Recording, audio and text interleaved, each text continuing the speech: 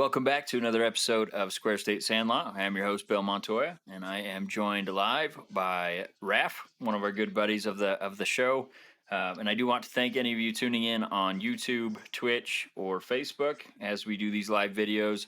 Love to have some comments on there. Raph, glad to have you back on. It's been a while.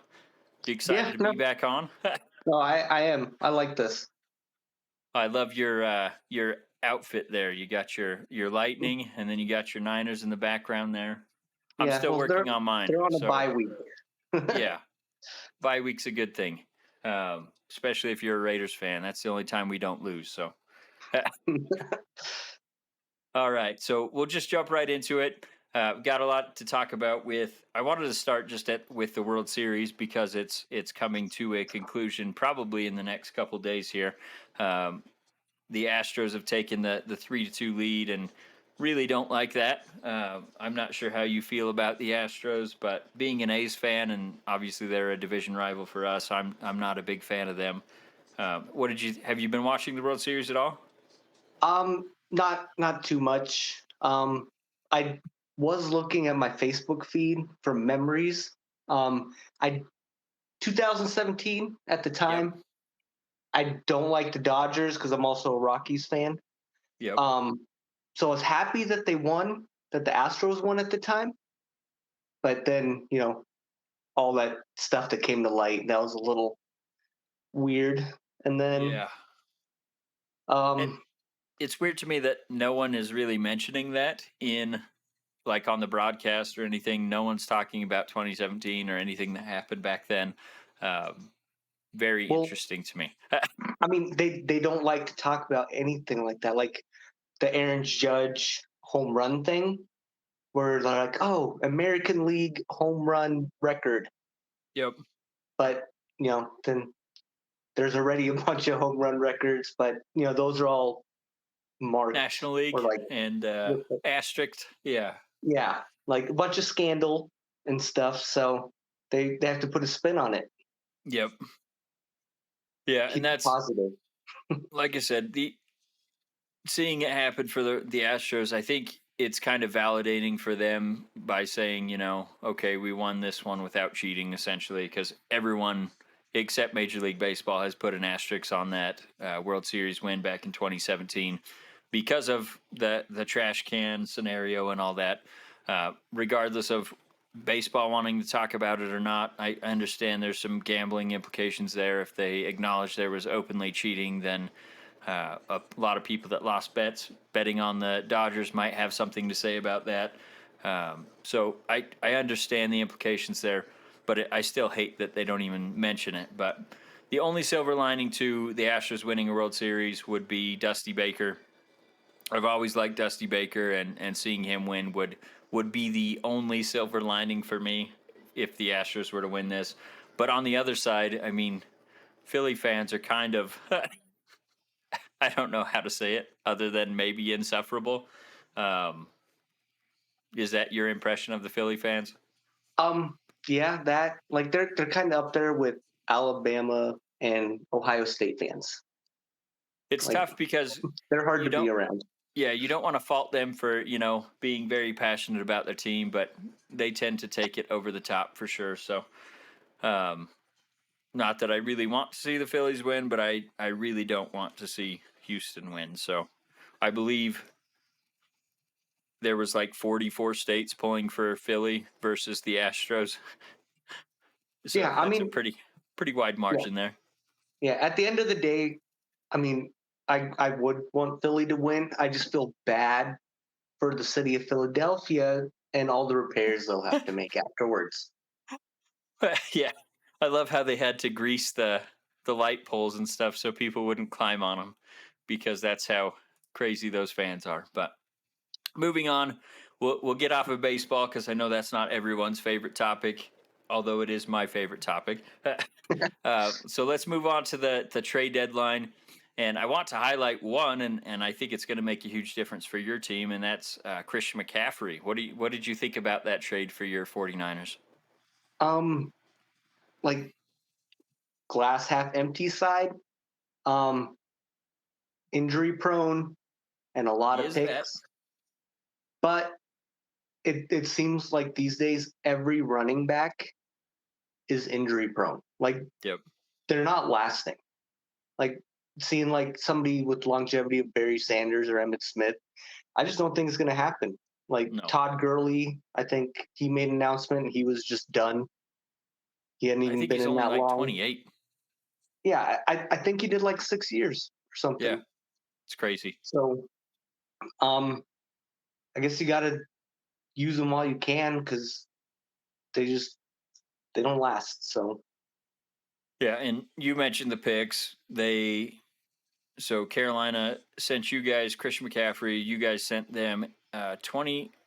So a second round pick, third round pick, fourth round pick, all in 2023, and then a 2024 fifth round pick. So that's quite the haul for a running back when, they seem to be falling out of trees in college. And like you said, they don't last very long. And Christian McCaffrey has been one that has had, an injury ravaged career. But when he's on the football field, and we saw what he did against who did you guys play where he had the hat trick for touchdowns?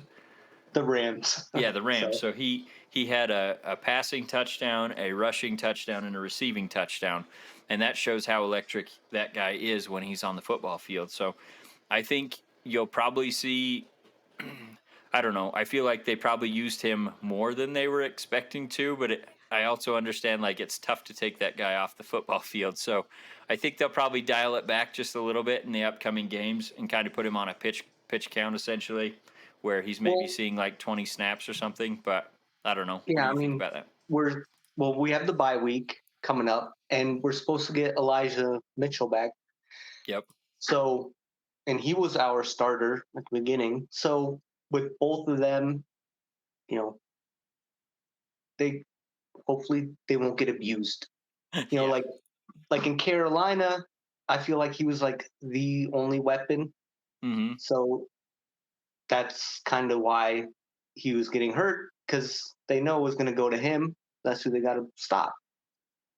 With Yeah. Debo coming back, and we also have Juszczyk and Ayuk is a lot better this year. Yep. Like there's a lot of people for defenses to focus on, and I feel like that could help McCaffrey stay off the injury list. Yeah, I mean, in Carolina, he was probably touching the ball on 50% of the offensive snaps. So that's not a good thing when you're injury prone. I mean, I feel like, and I mean, they had him lining up at slot receiver. They had him lining up all over the field, and I mean, when you could just see the splits when he was on the field versus off the field with Carolina, and I mean, they were successful when he was in games, and they were not when he was not. So I think you guys have to strike that balance of keeping him healthy for a stretch run because, quite honestly, that NFC West division looks very winnable for you guys at this point. Even what are you guys 4-4 right now? Yeah, we're 4-4 second. It's the records right now are very surprising to me. Yes. But that's I don't know. I don't But know if anyone saw, and I don't even think Seattle fans saw the Geno Smith led Seahawks being at the top of this division through 9 weeks, but here we are. yeah, that's something. Um, Do you think the well, I Rams are mean, done? um, possibly. Like I don't see them getting themselves together. It it doesn't look like it's happening. And they're like Akers is possibly going to get dumped, and because he hasn't been doing anything, and I don't know, cup injury. I think he's was a full participant the last practice, I didn't but see if he was or not. Last I heard, he might have a high ankle sprain, which typically you miss multiple weeks. But if if he practiced today, then that probably puts him in at I least a questionable state. let me yeah, But he was a full participant on Friday. okay, okay, so So he's probably gearing up to play in that game. But I don't know, man. It's crazy to me. I mean, at the start of the season, you heard that Stafford was nursing an elbow injury, so I think there was some foreboding news there.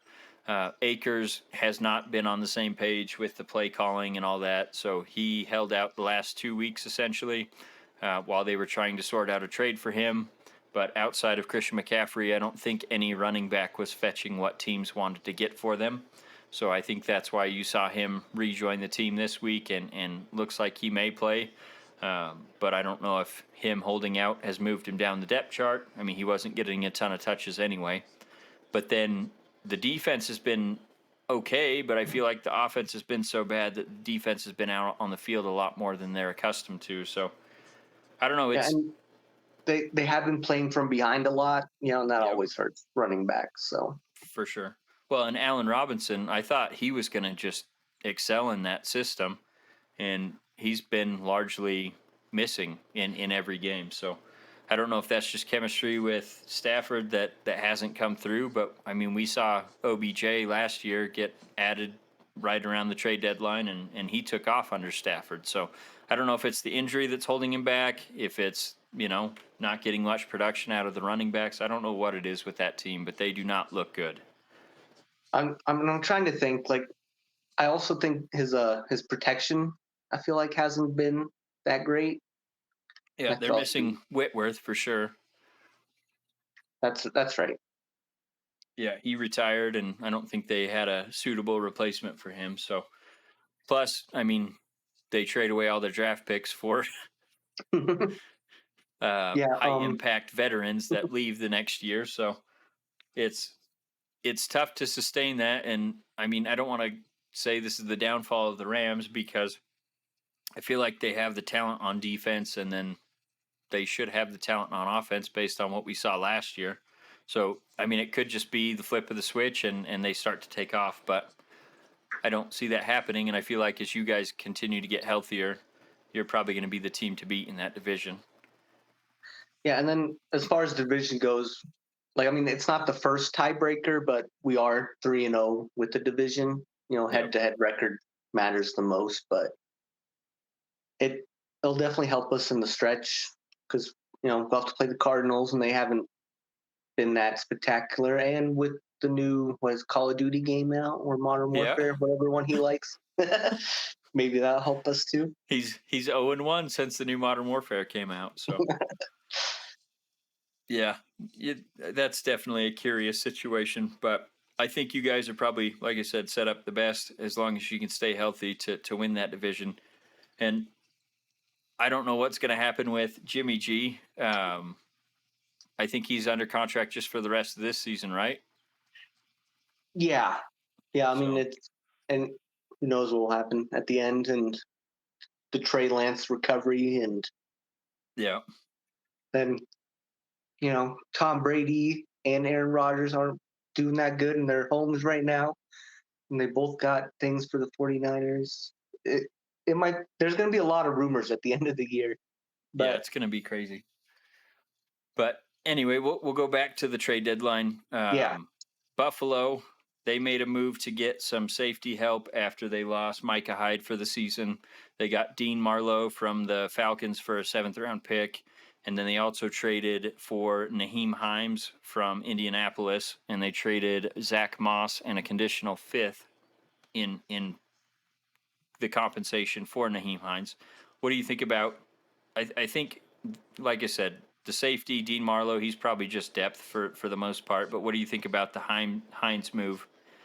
Well, like Hines, he had some good years, then injury with every other running back, like Mac for the Colts too. He did good, and then he got injured. But if Hines has he's good if he's on the field, Yeah. and they give him, like, if they believe in him, then then he plays like that. So Well, and with Buffalo, I mean, they have two guys that they're leaning on right now. Zach Moss, that they shipped to Indianapolis, he had fallen out of favor, so I think they were just trying to get rid of him, and then being able to pick up Hines, even if he's just one of the 3 running backs that they can add to that offense. I mean, anything that they can do to improve that team when they're already as scary as they are, I feel like is just going to make them even more of a Super Bowl contender. So I like the pickup for them. I like getting rid of Zach Moss where they're not using him, getting some value out of that, and then they only have to give up a conditional fifth for Hines. That's probably going to be an impact player into the stretch. So pretty good move in my opinion for Buffalo. And then the Falcons also traded for Rashad Fenton from Kansas City for a 7th round pick.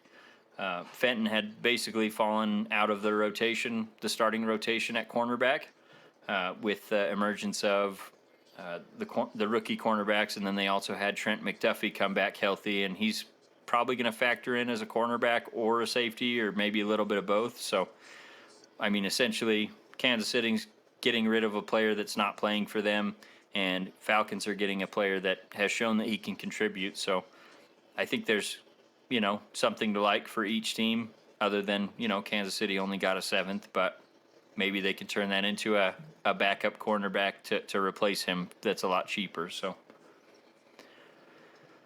moving on, we've got Broncos. This was actually a pretty big trade for them. They got rid of Bradley Chubb and a 2025 5th-round pick to Miami for Chase Edmonds, a running back, and then a 1st-round pick this year and a 2024 4th-round pick. I feel like this was Denver kind of, I don't want to say waving the flag, but they know they're not going to be in the championship talk this season. So I feel like they got some picks while they could that they are going to need that 1st-round pick, and Chubb wasn't probably going to stay around too much longer anyway. He did sign a massive extension with Miami yesterday. So what did you think about this? I did see that. Yeah, I think maybe the Broncos are trying to gather some picks so they could maybe move up for another quarterback and still have some later round picks. Yeah, maybe. I think they're going to try to get some offensive line help because that's what they need if they want Russell Wilson to even have a chance. Well, I mean, just from their previous history, like it's like all they think about is the quarterback. That's what it seems like to me. The next quarterback. Not being a fan, I don't pay that much attention to them. Yeah. But they always seem to think that just one quarterback and nothing else will solve everything. Yep. Just a quarterback away. That's what they said last offseason. So the only thing I don't think they could go with a quarterback just because Russell Wilson has a $120 million cap hit if they were to release him. And that's obviously it'll go down each year. But okay. Yeah. Okay. I missed that part. So yeah, that they're basically stuck with Russell for the next 4 years at least. I mean, whether he's on the bench or on the team, they're not going to be able to take that cap hit and still field the team. So okay. All right. No, I take it back. So I'm guessing they're looking for a star offensive lineman, and where they traded away all their picks for Russell Wilson, this was them being able to recoup at least something, and hopefully for them, I guess, not hopefully for me, but hopefully shore up that offensive line to help Russell Wilson because they have a good receiving core. I would have liked it more if they had Noah Fant, but they threw him in the Russell Wilson trade along with Shelby Harris and 42 picks. But they have the offensive weapons outside of the offensive line. They've got 2 good running backs in Melvin Gordon, and obviously they lost Javonte Williams, but he should be back next year. And the defense is good. It's not going to take a huge step back if you take Nick Chubb or Bradley Chubb off that team. So I think they're looking at it like we can take a hit on defense to improve our offense going forward.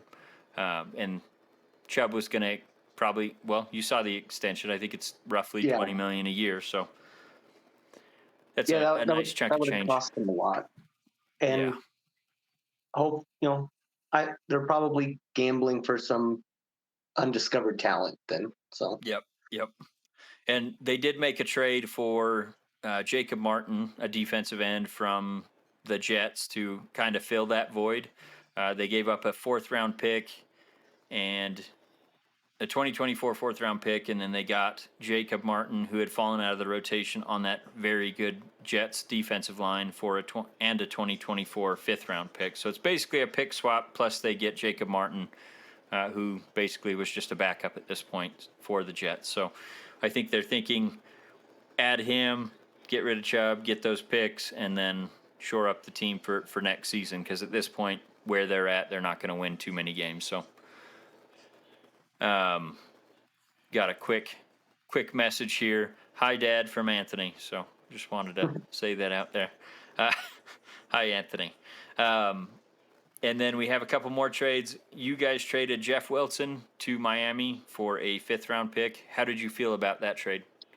Well, I mean, they're expecting Mitchell to come back.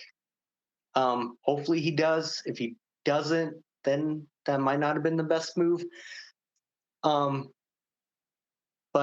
as also kind of Miami fan, and McDaniel is the coach, Yep. and like they already have another 49ers running back, and like it was a good move for us, like for like Miami and the 49ers, just because the 49ers we draft good running backs. They always, like, our starter gets hurt, and then somebody we drafted, fills the void seamlessly all the time. So hopefully that keeps going.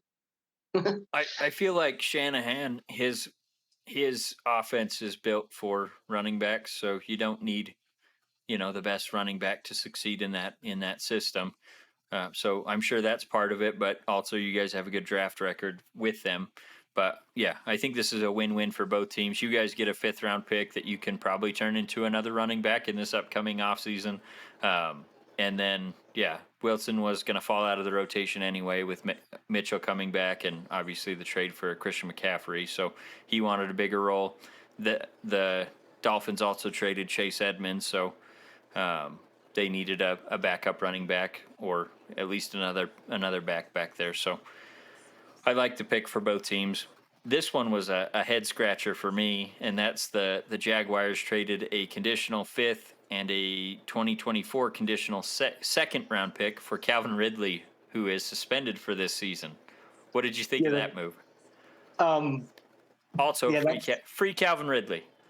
Yeah, that's a little weird, because he doesn't do anything for the Jags this year, and I mean, like, the Jags don't need anything this year either.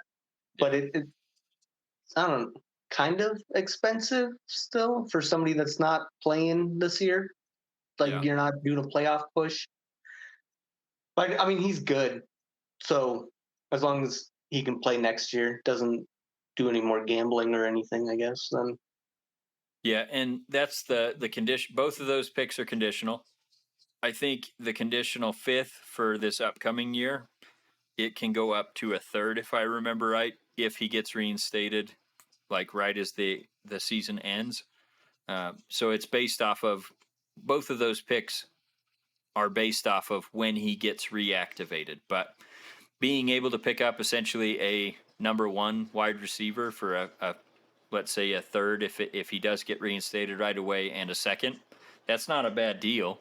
Obviously, you still have to pay him, but I mean, he was the number 1 wide receiver on Atlanta's team after they traded away Julio. So, I mean, if you can get that kind of talent, obviously it's not going to help them this year, but they're already kind of fallen out of the playoff race. So I think they're looking at, hey, this can help us next year, and we'll be ready to compete next year, at least in their point of view. So I like the pick, but it's kind of weird. I don't know that I've ever seen.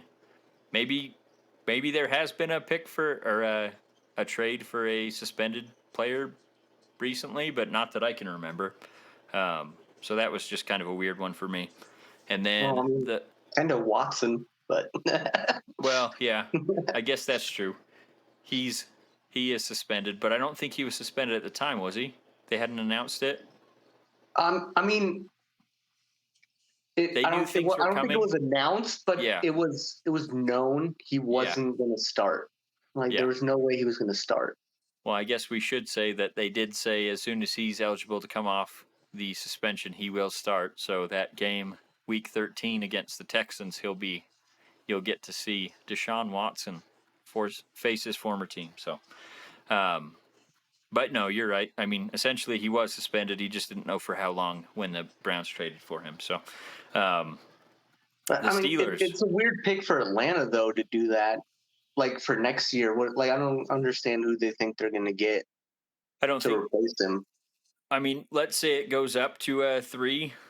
There's plenty of wide receivers that can make an impact. They're not going to be Calvin Ridley level, but I mean, you've got the new coach Arthur Smith there.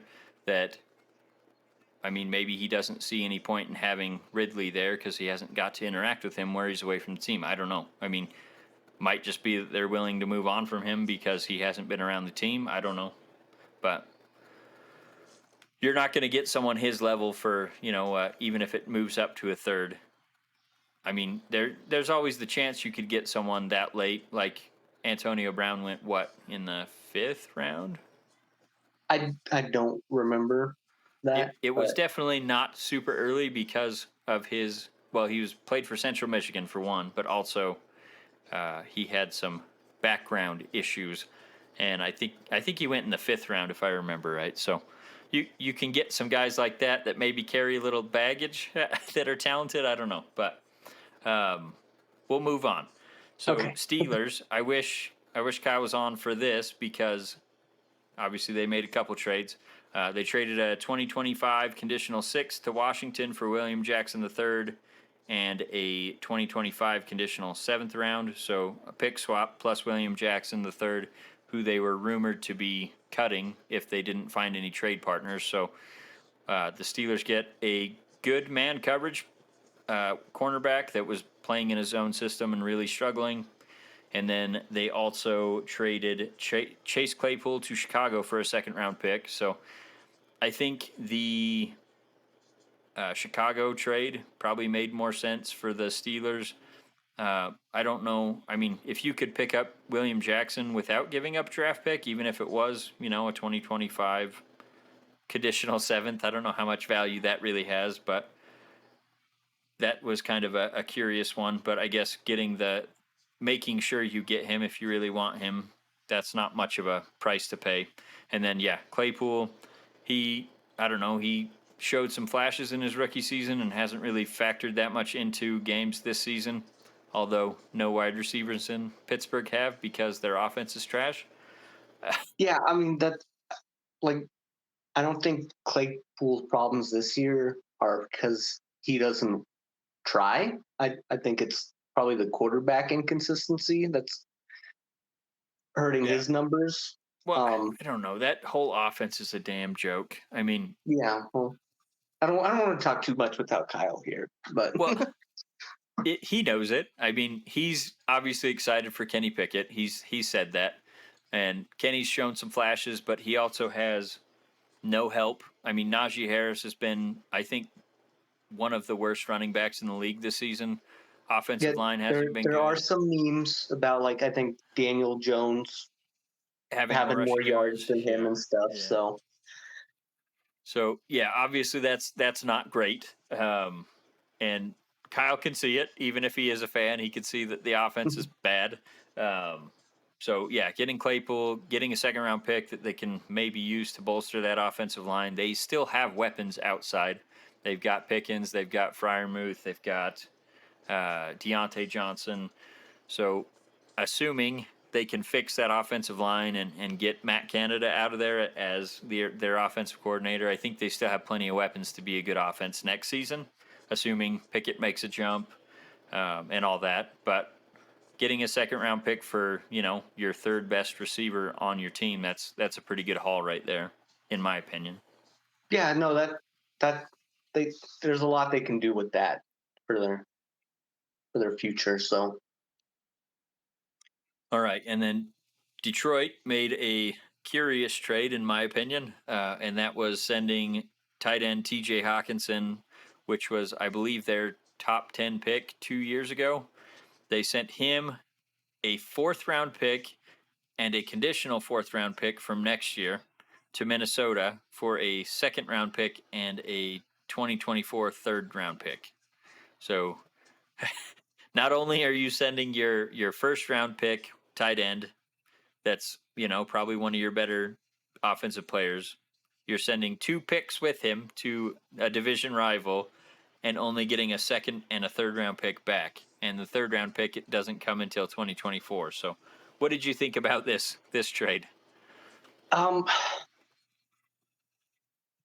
that's I don't. Yeah, I don't know. That that was a little. I saw that and I scratched my head for a little bit.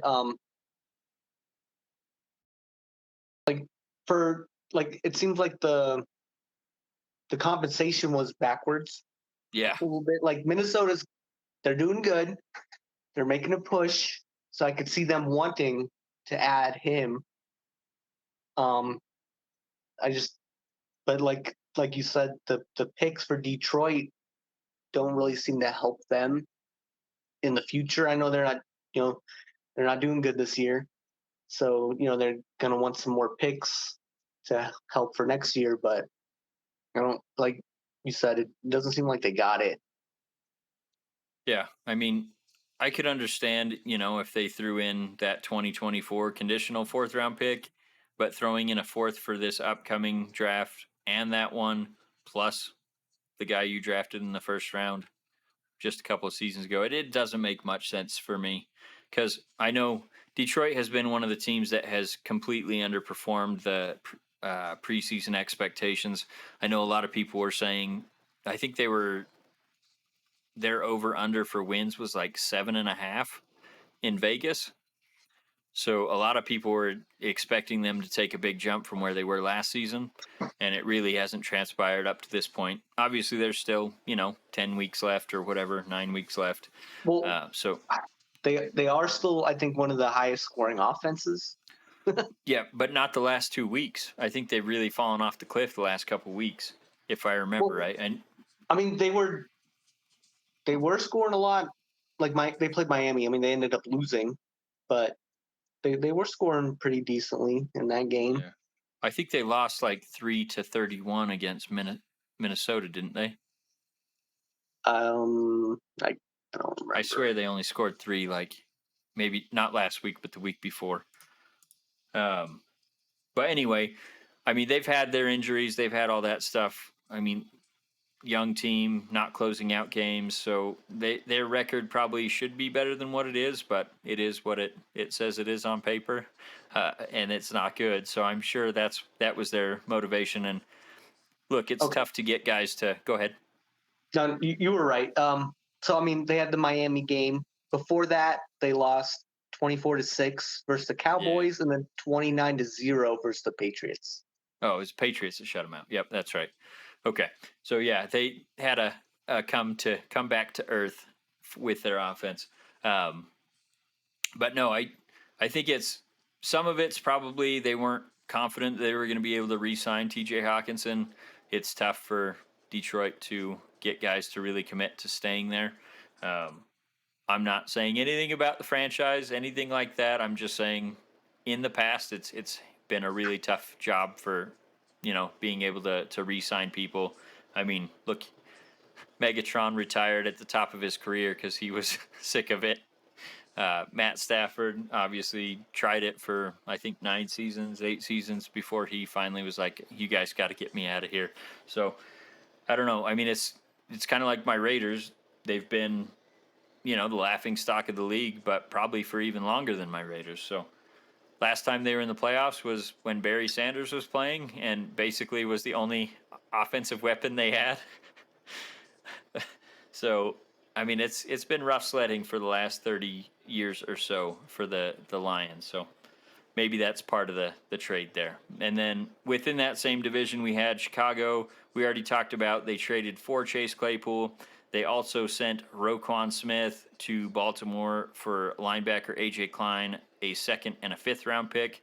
I think he was another one of those guys that was probably not going to re-sign with Chicago. So them getting a linebacker to replace him, and then a second and a fifth round pick. That's a pretty good deal for them, in my opinion. And then they also sent Robert Quinn to Philadelphia for a fourth round pick. And Robert Quinn, he had 19 sacks last season for the Chicago Bears and really played well. Hasn't been playing as well this season, so moving on from him in his contract year, sending him to Philly. I like the pick for Philly, or I like the trade for Philly because they get that impact defensive end premium position for a 4th-round pick. Obviously, he's a veteran. He's getting up there in age, but he showed last year he can still do it. So if he helps them, that could push them over the top for, just being a good team in the NFC to being a Super Bowl favorite. What did you think about those trades for Chicago and the gets from the other side? Well, I mean, like Chicago's record right now, I don't know if they think they're gonna turn things around because I mean their division's kind of tough right now. I mean, It's really I'm not, though. well, I okay. mean, The Minnesota Packers looks good. are I don't know what Aaron Rodgers is doing, but I mean it's very uncharacteristic, and I think everybody's waiting for them to kind of wake up Yeah. and be their normal selves. Because I mean Rodgers has always kind of not had receivers. It's a Yep. little worse this year, but Well, you take away um, Devontae Adams. Yeah, it's a lot worse. but I mean they always seem to find ways to win.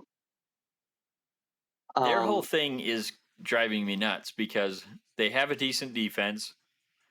They have two of the best running backs in the league, and they don't use them. And then they're, you know, they signed what's the cornerback's name? Uh, his name's escaping me right now, but he's like Jair Alexander.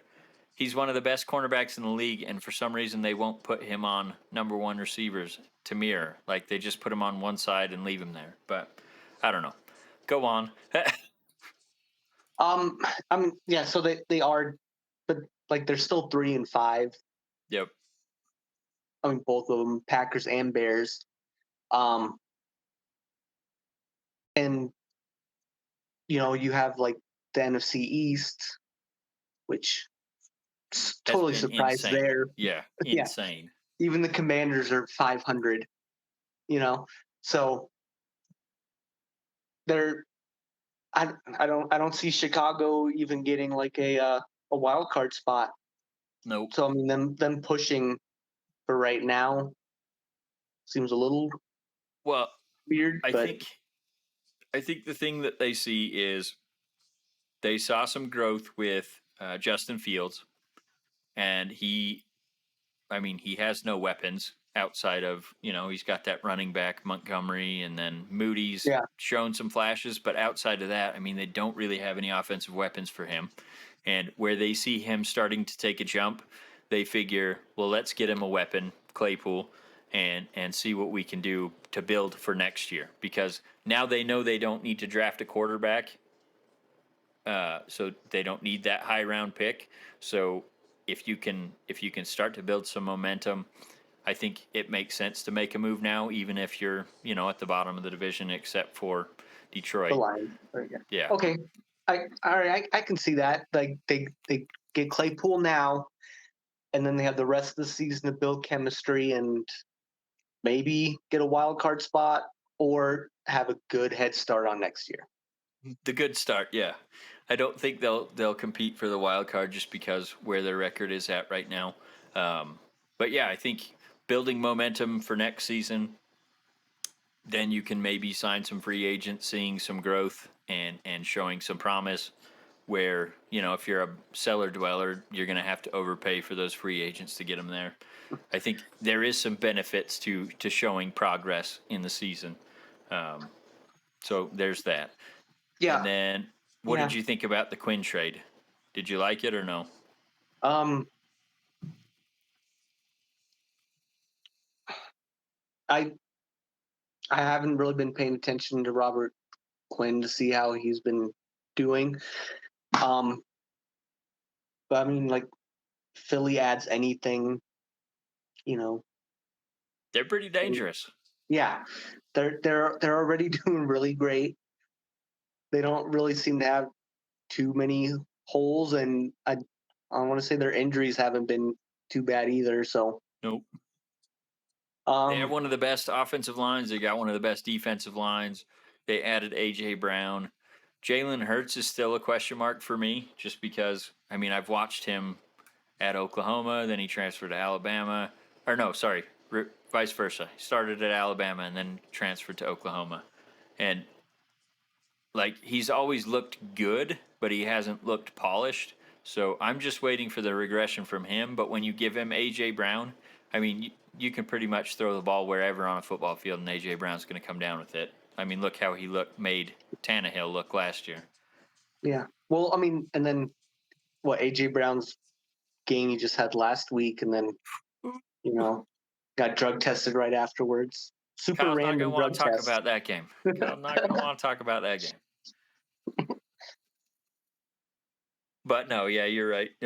He's AJ Brown's a stud, and I think, like I said, Robert Quinn has been off to a much slower start this year than last year. But I think even adding that veteran presence, like you've seen with Von Miller in Buffalo, Von Miller's he doesn't have his his A game right now, but when they need that clutch third down sack to get them off the field, or that clutch third down stop, tackle for loss in the backfield.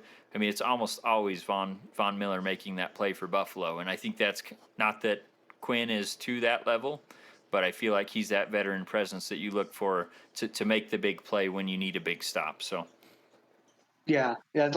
Speaking about Von Miller, it's like he's getting a little older, and he's like you said, he's pacing himself, but when that moment comes, he definitely steps up, and then he looks 5 years younger yeah, when he makes it's that almost move. like he lulls the tackle to sleep by not giving. I don't know if it's not giving it 100% or what he's doing. Maybe just saving something in his back pocket. But when he needs that, he's got it, and that's exciting to see for him, for Buffalo, especially since they're my side team, since my Raiders suck and they have Josh Allen. But just a couple other picks that maybe aren't as meaningful. New York Giants sent Kadarius Toney to Kansas City for a third and a sixth round pick. I think this is probably one of those win-wins for each team. Kadarius Toney essentially had pissed off Brian Dabble to the point where he didn't even want him on the team anymore. So they got rid of a headache, so to speak, and then Kansas City added another weapon, because when this guy has been healthy, he's been electric for the Giants. So I hate the move for me, because Patrick Mahomes doesn't need any more weapons, but they got him one. So it's like Andy Reid and Patrick Mahomes are going to be torturing me for the next 10 years or so, maybe more. I don't know. Well, But Andy Reid's a little up there, yeah, so maybe not. And he's a bigger yeah, fella. Maybe he wants to take some time for his health. I don't know. yeah. But See how he does this year. You know, he's kind of got like a little bit of that Tom Brady attitude where he never wants to retire, but yeah. So I like this trade for Kansas City, and like I said, Giants get at least something back. They've been a huge surprise this season, as has that whole NFC East. Usually they're 8-9 and someone's getting into the playoffs, but this season it looks like they might get 2 or 3 in the playoffs. So very interesting how that's shaping up. And then Raiders, I already mentioned this last week. They sent Jonathan Hankins, Big Hank, and a 2024 seventh round pick to Dallas for a sixth round pick this season. And then we'd already mentioned your Carolina and San Francisco trade for Christian McCaffrey. But Carolina also sent Robbie Anderson to Arizona for a 2024 fifth round pick and a 2025 seventh round pick. Robbie Anderson had basically worn his welcome out in Carolina. Tough to blame him. That season has obviously not been going well, although they might have something in PJ Walker. That guy looked yeah, very that's good. been interesting. Yeah. So maybe maybe all it took was them firing their coach and benching the second quarterback they traded for to find their answer at quarterback and head coach. Steve Wilkes has been doing a good job. So interesting to see how they finish this season in the NFC South that's been another one of those divisions that's been very surprising. Everyone looks to be down other than the Falcons. So, Yeah, well, yeah. Tampa's like the Packers. They need to find their. They need to wake up. well, and that's the sad thing is everyone wants to write them off, but I don't think you can in that division. I mean, you might have that might be the division where you have a losing record for the division winner. I mean, that Obviously, was that was like the year before last with the NFC East, yep. right? Yeah, I mean, it seems like there's always one division that has everyone stacked up at the end and they all have losing records and or, maybe one team with above 500 just barely. And that may be this division because I don't feel like you can count out Tom even as bad as that offense has looked. And I think they're 3-4 right now, 3-5. Um, Pretty three sure and they're 3 and five. 5. They're Yeah. 3-5 and second, and Falcons are 500. Yeah, they're 4 and So 4 at 500. So, yeah, I mean, Tampa no Bay one's wins. walking away with it. If Tampa beats the Rams, I think is their next game, Yep.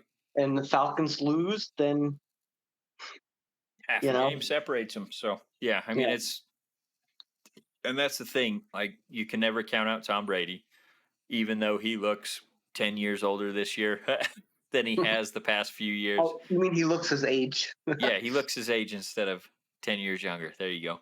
And he definitely looks his age. I mean, he looks rough this season, both physically he looks and a on the little field. gaunt. Yeah, so little sunken cheeks and everything. I'm sure the divorce hasn't helped, but and all that anyway. avocado tequila, I guess. Yeah, avocado tequila. So we already talked about how you're feeling about your 49ers with the pick or with that trade for Christian McCaffrey. Are you thinking they finish this season at the top of the division? I really think there's a good chance, just because like the Rams struggles. I'm kind of waiting for that Seattle bubble to burst. I hope Once it they doesn't, quite honestly. It's been well, very entertaining. Well, I'm not saying they win the division, but maybe wild card. I want to see them do well because I still want to feel like they got the better end of the Russell Wilson trade. So that's me yeah, being a bitter Raiders fan. So we can like maybe once everybody figures out Geno Smith, figure out his weakness real quick, and then because Seattle doesn't seem to have like too much, so maybe they're underestimated, and now people will stop underestimating them and prepare for them. So I don't know, man. They had the defensive rookie of the month and the offensive rookie of the month in the NFC in Kenneth Walker and what's his name? Tariq Woolen, I think. Tariq Woolen, that sounds right. yeah, And then that seems right. yeah, I'm pretty sure that's his name. And then they have Kobe Bryant, the cornerback. I mean, they've got some really good talent on the defensive side that is really young. Kenneth Walker, I mean, I feel like Penny getting hurt was almost a blessing in disguise because Kenneth Walker's been able to be exposed as the number one running back, and he's been an absolute unit on their offense. So I don't know. Yeah, I feel he like did kind as of long come out of nowhere.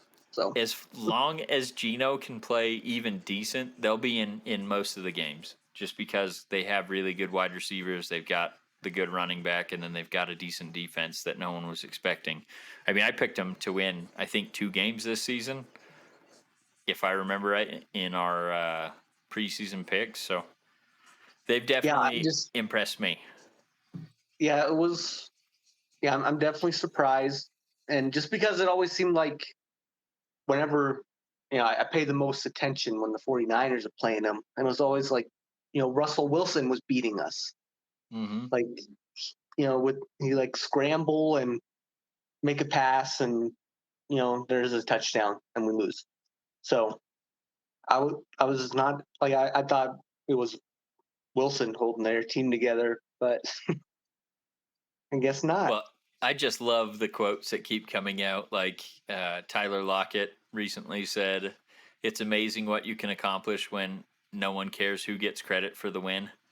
And slide jabs like that at Russell Wilson, because apparently he was very unliked in that locker room. I mean, you could just tell Pete Carroll every time he gets to the podium and someone asks him a question about Russell Wilson, it's just like he's beaming from ear to ear, just loving every second of it, seeing Russell struggle, and obviously they're at the top of the division right now. So I Yeah, think you and guys, then I never realized how weird Wilson was either. Like oh now we're God, seeing all this stuff coming out of Denver he's about. insufferable, dude. And I don't think he was that way until he got with Ciara, and then he was like, or Sierra, however you say that. I I don't Your even know guess who is as she good as is, to mine. be honest with you. But obviously she's like a singer or something, Yeah, maybe yeah. movie star. Well, I don't know what she is, I but think anyway, she's a singer. yeah. Pretty Ever sure. since he's been with her, it's like he thinks he's all that, and it's. I mean, he doesn't hide his personality now, and I don't know if that personality's been there from the get go. But I used to like Russell Wilson, and I was openly, I openly said, now that he's a Bronco, I can't pull for him, but I do like him. And now, the more that we see of him, I'm just like, got it. Is this the same guy? Is this the same guy that was in Seattle? And I don't know. Yeah, It's real bad. that's where I'm scratching my head too. Is like, I mean, obviously he beat us with the Broncos in that very terrible game, but I was like, how did he win so many games? That's the mystery. Yeah. Well, I think he was always propped up by the Legion of Boom and all that, but oof. Yeah, yeah. I mean, that's how everybody talks about Jimmy right now. It's like, we like our defense, like we win in spite of Jimmy. That's how all the haters say. Yeah, I mean, that's pretty much. I don't. I'm not going to say Jimmy's not a good quarter. Well, I am going to say he's not a great quarterback. I think he's one of those guys that he can keep you in games, kind of similar to Derek Carr. I don't think Derek Carr's the best quarterback, and I kind of put them in that same category where you can win with them, but they're probably not going to be the sole reason you win games. Where you see like Lamar Jackson, yeah. quarterbacks like that, He's more of a Josh Allen. Tannehill. Yeah, that they're not going to win you the games, but they'll keep you in them. So, Yeah, because I mean, uh, without him though, like the backups we had, like Nick Mullins and C.J. yep. Beathard, like Well, we were Jesus, terrible Nick with them. Mullins beat the hell out of us. I think he went like for 5 touchdowns or something in that one start he had. Yeah, I but really think he threw for 5 touchdowns against us, and it was but awful. my nickname for him was still Pick Mullins, Yeah, despite Nick that Mullins. one game. Hey, we But flipped him for a 6th round pick or something this offseason, so not bad.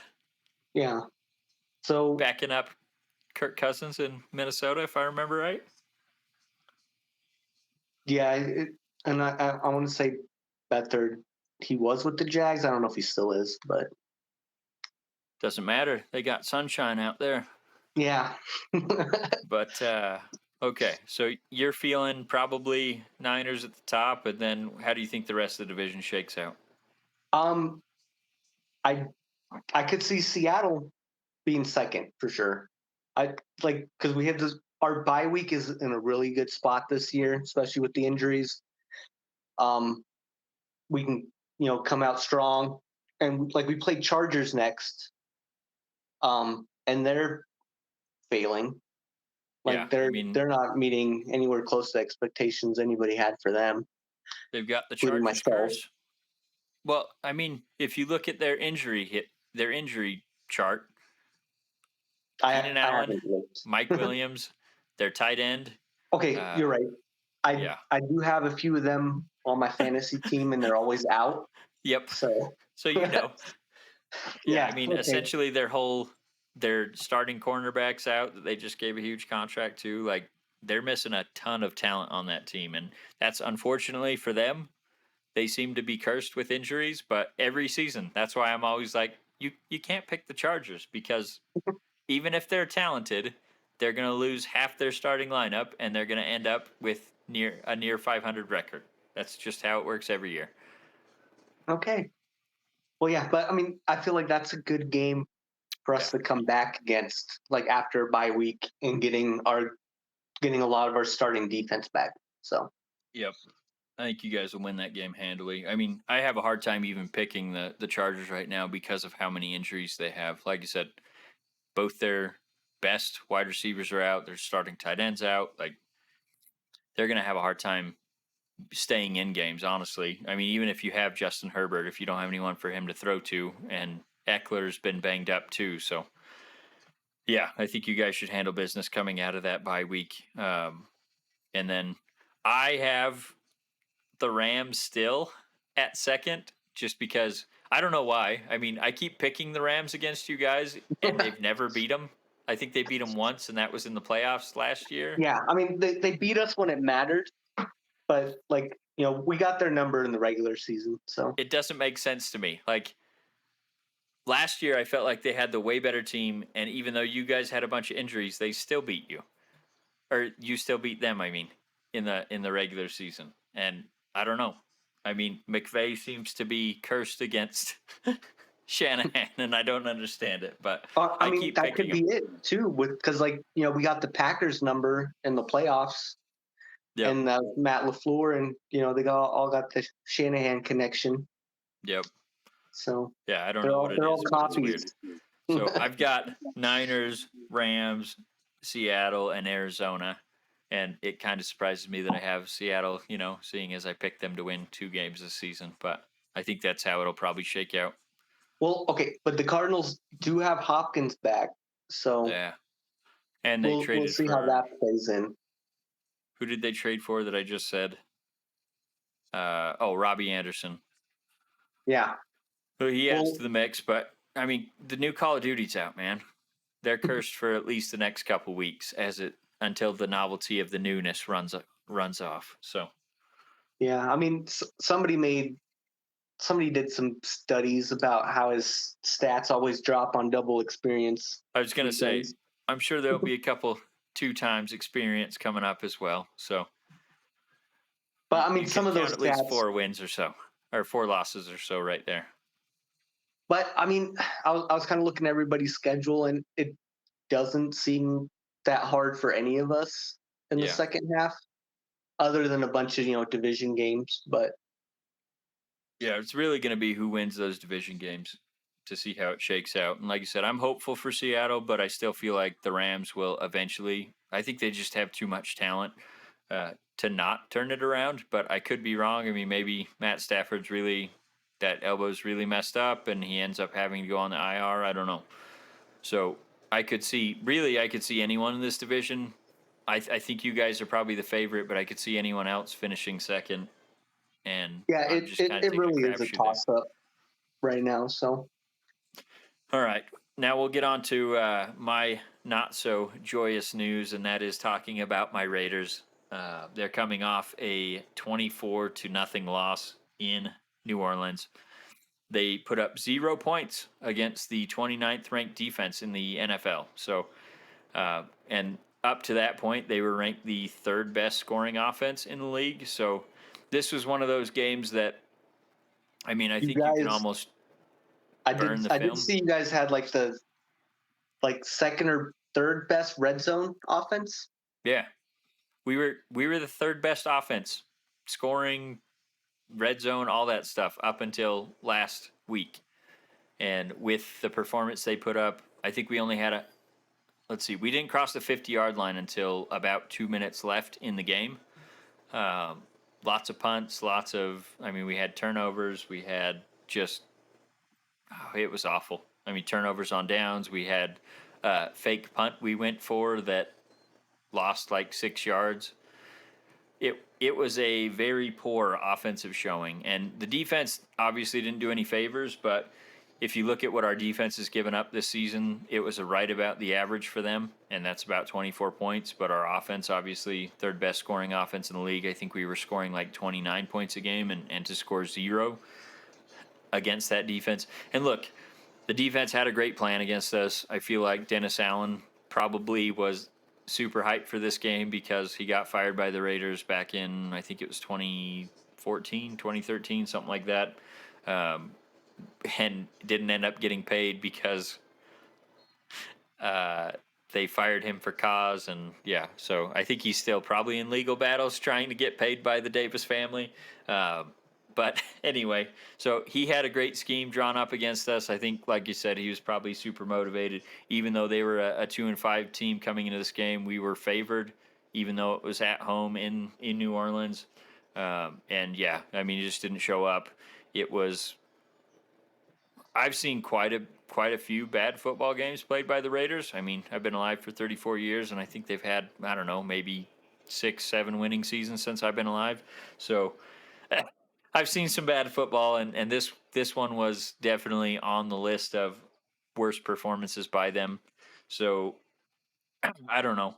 I almost feel like this is one of those games where you just burn the film, go to next week, and pretend it even happened. But I mean, Devontae Adams had one catch for I think 4 yards, and it didn't come until 4 minutes left in the game. And I believe Jarrett Stidham was already in at quarterback, and as soon as he caught that pass, he checked out of the game. Renfro, I think he had one catch for 6 yards as well. So I mean it. And Waller was a surprise scratch right before the game. So we really haven't seen those three offensive weapons on the field at the same time, and we fell behind so early they couldn't let Josh Jacobs run, even though he has had, I don't know, 400 yards almost in the last 3 games. Yeah, he's had a good season, even though Yeah. you were doubting him when I was trying to pick him. Well, I don't know, man. Everything that I was reading, especially with Josh McDaniels' history, he's Yeah. never used one running back as the bell cow, so to speak. He's always split carries, and the one that gets the most touches gets like 14. So even all the beat writers for the Raiders were surprised that Josh Jacobs was getting the ball as much as he has been. And I think some of that's his injury history. He gets banged up quite a bit. I mean, he stays in the games, but I mean, he's played with a separated shoulder and all kinds of stuff, and then ends up missing a couple games due to it. So yeah, he's surprised me, and it sucks because they didn't pick up his 5th-year option, and now if we do decide to re-sign him, we're going to be going up against 30 other teams that want him on their team. So I don't know. I feel like so they're playing Jacksonville this upcoming week, and obviously Jacksonville's had not a great season either. We've already talked about that. 2-6, didn't do anything to help themselves this season, but they did make the trade for Calvin Ridley. So I feel like they, at the beginning of the season, had surprised some people, especially with the offensive output, and it seems like ETN is their answer at running back. They traded Robinson, which I guess we didn't mention that one, but they traded James Robinson off the team, so ETN's the true number one back now. He went for 156 rushing yards last week. He's on my fantasy team, so he did quite well for me. And I will be starting him against my Raiders since they can't play defense. But, yeah, I think the Raiders are favored in this. Again, it's a road game. They won't have the excuse that they had to fly across the country in this one because they ended up staying on the East Coast. In fact, they're staying in Sarasota, Florida, which is nearby Jacksonville. So, Sarasota? Yeah. Well, I mean, Sarasota is by Tampa, but Well, yeah. I mean, it's a lot closer than it's Las like Vegas. 4 or 5 hours, but It's a lot closer than Vegas. How's that? Yeah, okay. It's a little south of Tampa, so Okay. Yeah, I knew it was close to Tampa, but I thought Tampa and Jacksonville were closer than 5 hours. No, because like Tampa's in the middle, and then Jacksonville's right there on the border with Georgia. Okay. It takes I think it's like a 4-hour drive, and then it's like from Tampa to Miami, it's also like a 4-hour drive. Interesting. Well, as you can tell, I've never been to Florida. I know you have. Couple times. So they won't have the excuse of, flying Yeah. from coast to coast essentially, or, being 2 hours, 3 hours ahead of their normal schedule. So that excuse is gone. If this team does not show up to this game, I mean, they're already on the verge of being wiped out for the rest of this season. I think they can afford to lose maybe 3 games.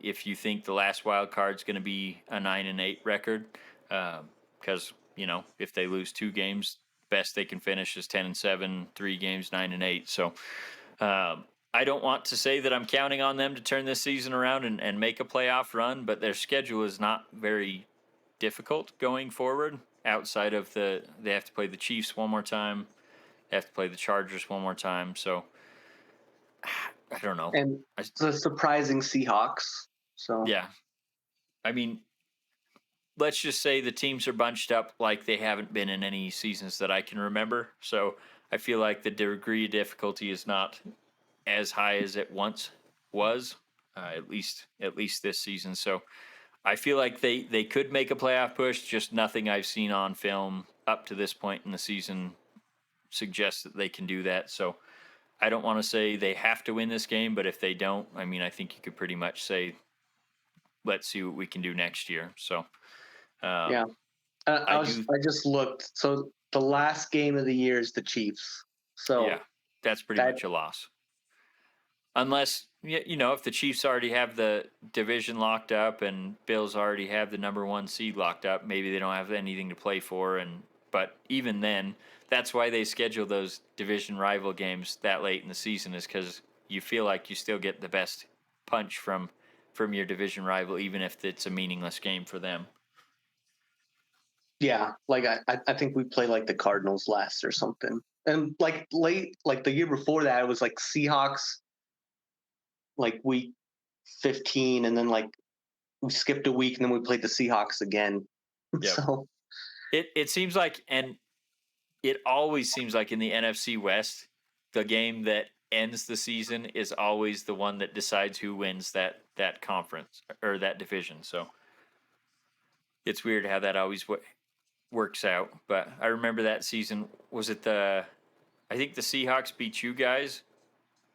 No, they beat the Rams and they made the playoffs at 8-9 or something like that. um Or I guess it would have been 7-8 back then. Seven I and don't nine because it was only 16-game season. That was a couple years ago. I think yeah, I Marshawn don't was know. still on the Seahawks, but anyway. All right. Anything else you wanted to bring up before we cut it? Um no, I mean, hockey and basketball, it's all early in the season. Yeah. Can't make any predictions yet. Well, my Sharks, I think they've won 2 games so far, and I think they've played about 8, and Um, maybe I think 10 they or played 11 10. games. I think Jesus. And for most teams, it's 10 to 12. okay. Well, And as you could tell, I don't get to watch them very often. I think I've seen 2 games so far this year, and they lost they're both uh that I got to see. they're Sharks have played 13 games and they've won 3, lost Okay. 8. Lost a few. So, but My my Warriors are, on the other side of things where they're expected to maybe defend their championship in the finals, and they are currently on a 4-game losing streak and trying to avoid their first 5-game losing streak since Steph's rookie season back in 2010. So I haven't checked to see how they're doing this evening because we're recording right now, but hopefully some good news coming from there. um It looks like they're in the fourth quarter right now, losing by 5. So they are not. oh, I see 101 to 104. Yeah, I've got 101, 106. So you must be a Oh, couple okay. seconds behind. But Oh, I they, see it now. yeah, they didn't start Steph. They didn't, or excuse me, they are not playing Steph, Wiggins, Green, and Thompson, I think, tonight. So a lot of the players on the team right now are getting some playing time they wouldn't normally see. But no excuses. You got to win those games just like you got to win the others, even if you don't have your starters in. So, But it's so early in the season. yeah, no, I'm not Not panicked even at all. yeah, 10 games in, like that's nothing. With So not the even 10 games. yeah, championship pedigree. I mean, all you need is a ticket to the dance, and you feel like you have a puncher's chance. So I don't think they're going to be, the number one seed going into the playoffs this season because they're trying to work out both the now and the future. They're trying to get the rookie guys more involved in the rotations, whether that's in the bench or getting some mix with the starting lineup in preparation, like I said, for a chance to defend their playoff or their championship from last year, but also realizing that Draymond Green's probably not going to be part of the team next year, and they're probably going to have to make some difficult decisions on some of the key contributors. So, trying to figure out if Kuminga and Moody are going to be part of the long-term solution. Wiseman, if they move on from him, or if they think he's going to be an answer going forward as well. So I'm not worried at all about this season. I mean, if they get halfway through the season and still have a losing record, then we'll talk. But I feel like, even as long as they can get that playoff seed, I think it's top 6, don't have to play in the play-in tournament. As long as they're top 6, I wouldn't be worried about their playoff standings going forward. So we'll talk more as we get closer to the playoffs, and obviously as baseball's done and hockey's more in the swing of things, we'll talk about them more. But anything else? No, I think that's it. All right. Well, I do want to thank you for coming on in Kyle's absence, and I'm sure we'll have you on again when he's back with us. But he is back to work full time. He's got his newborn kid, doing the swing shifts and all that fun stuff. So he'll be probably on next week, but I can't guarantee that because I don't know his schedule yet. But again, thank you, Raph, for coming on, and as always, Yeah, no, thank you, viewers. My pleasure. Well, I'd love to have someone to talk to instead of just people listening to me babble for 45 minutes. So, any viewers that tuned in from Twitch, YouTube, Facebook, Twitter, I think I said Twitch already. So, thank you guys for tuning in, and we will catch you on the next episode.